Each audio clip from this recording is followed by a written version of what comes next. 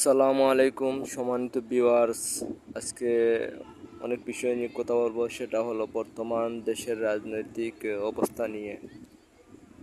তো বর্তমান রাজনৈতিক দেশের যেই অবস্থা শুরু হয়েছে সেটা কিন্তু নির্ধারিত ছিল, কারণ এর আগে আমরা জানি বিগত 16 বছর আওয়ামী লীগ সরকার, শুধুমাত্র একমাত্র আওয়ামী লীগ সরকারই এই দেশে ছিল।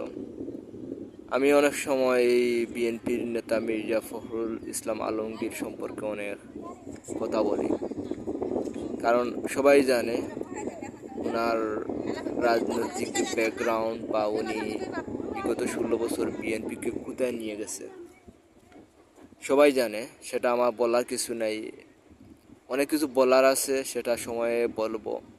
কিন্তু আমি মনে করি বিএনপির জন্য মির্জা ফখরুল ইসলাম হলো বিস্ফোরা। আর অদূর ভবিষ্যতে বিএনপি যদি তার জিয়া পরিবার থেকে কোনো নেতৃত্ব হারায়, তাহলে বিএনপির নামক রাজনীতি থাকবে না, এটা আমার মনে হচ্ছে।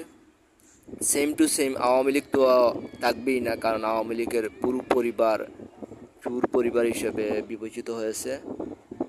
যদি আপনারা বিশ্বাস না করেন, তাহলে দেখবেন আগামী 10 বছর পরে হয়তো জিয়া পরিবার আর শেখ পরিবার, এই দুইটা পরিবার আমাদের রাজনীতির থেকে বিলুপ্ত হবে। এটাই শিওর, এটাই 100% আমি বিশ্বাস করি। সেজন্য আমাদের রাজনৈতিক চিন্তাকে আমরা ডেলে সাজাতে হবে, বহু দলীয় রাজনৈতিক ব্যবস্থা চালু করতে হবে।